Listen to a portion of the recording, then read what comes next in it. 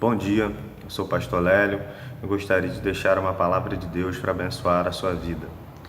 Essa palavra se encontra no Evangelho de Mateus, nos versículos 23 e 24. Então, entrando ele no barco, seus discípulos o seguiram. E eis que sobreveio no mar uma grande tempestade, de sorte que o barco era varrido pelas ondas. Entretanto, Jesus dormia. Essa passagem nos conta a história de que Jesus, logo após fazer muitas curas, muitos milagres, por exemplo, ele curou a sogra de Pedro, restaurou a vida daquela mulher, e logo depois de curar aquela mulher, muitos enfermos foram trazidos a Jesus e todos eles foram curados através da vida de Jesus, pelo poder que havia em Jesus. Logo depois de fazer essas curas, Jesus então está seguindo o seu caminho juntamente com seus discípulos e grande multidão seguia Jesus. Então, um camarada chega próximo de Jesus e diz: "Eu vou seguir o Senhor." E Jesus então diz para ele: "Olha, eu não tenho paradeiro, eu não tenho onde reclinar a cabeça, eu não tenho onde me abrigar." E aí Jesus então passa e parece que ele dá um balde de água fria nesse camarada e diz: "Olha, eu não tenho onde reclinar a cabeça."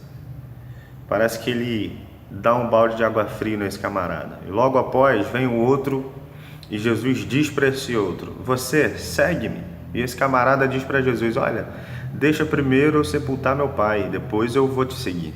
E aí Jesus então diz para ele: "Deixe que os mortos sepultem os seus próprios mortos." O que esse homem estava dizendo para Jesus não é que seu pai havia morrido, mas é que ele só iria seguir a Jesus, só iria ter um compromisso com Jesus depois que o seu pai morresse. Então, por isso Jesus disse: "Deixa que os mortos sepultem os seus próprios mortos." O que Jesus está querendo dizer em que ele não tem onde reclinar a cabeça e também quer dizer deixe os mortos sepultar os seus mortos, é que a missão de Jesus, a missão de Deus era urgente.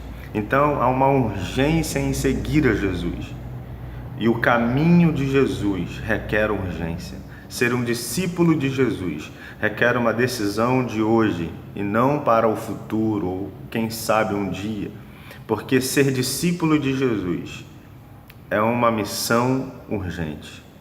E aí, Jesus então, depois desse diálogo, ele entra no barco e convida os seus discípulos a passarem para o outro lado do mar da Galileia. E quando ele entra no barco, ele então dorme. E a Bíblia diz aqui, no versículo 24 de Mateus 8, "E eis que sobreveio no mar uma grande tempestade, de sorte que o barco era varrido pelas ondas. Entretanto, Jesus dormia." Então a Bíblia declara que naquele momento os discípulos de Jesus e Jesus estavam enfrentando uma circunstância adversa. Era algo que eles experimentavam que não foi provocado pelos discípulos, não foi provocado por Jesus. Ninguém que estava naquele barco provocou aquela situação. Isso nos fala de que coisas acontecem na nossa vida, algumas circunstâncias sobrevêm à nossa vida que não foi provocada por nós. Não fomos nós que provocamos essas circunstâncias.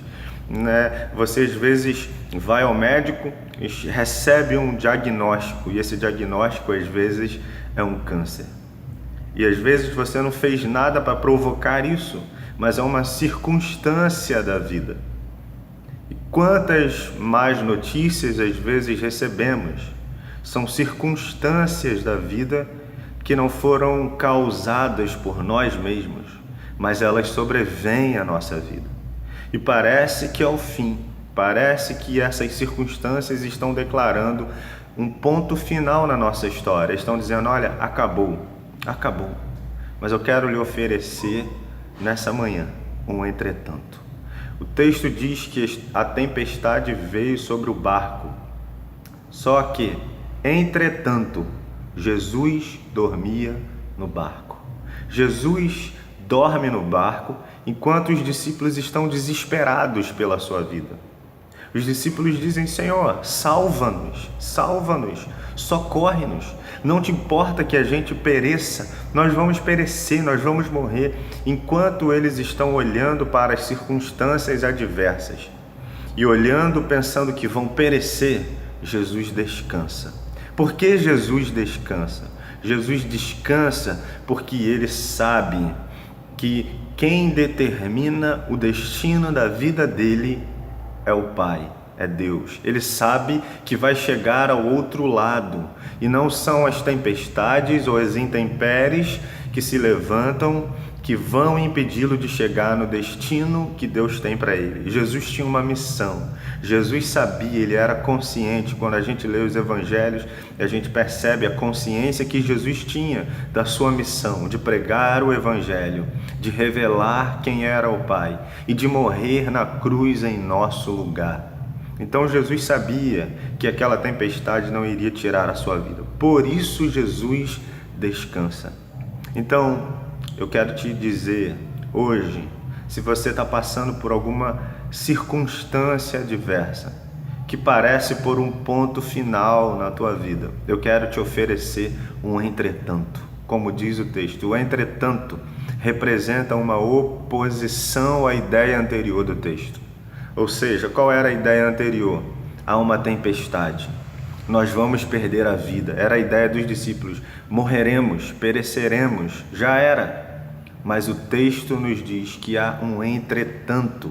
E esse entretanto é a oposição que Jesus faz às circunstâncias adversas da nossa vida. Se Jesus está no seu barco, e o barco aqui representa a nossa vida, a sua vida, se Jesus está na sua vida, você tem um destino, você tem um paradeiro, e as circunstâncias adversas não vão colocar um ponto final na sua história, porque Deus tem um futuro para você. Diz o profeta Jeremias, lá no capítulo 29, o Senhor diz através dele: eu é que sei que pensamento que tenho a vosso respeito, pensamentos de paz e não de mal, para vos dar um futuro e esperança. Então, se Jesus está no seu barco, as circunstâncias não determinam o fim da tua história. Há um entretanto, há uma oposição de Jesus que vai determinar o seu destino e o seu futuro. O seu futuro está garantido em Jesus. Não se desespere da vida. Faça como Jesus, no meio da tempestade, aprenda a descansar. Que Deus abençoe a tua vida.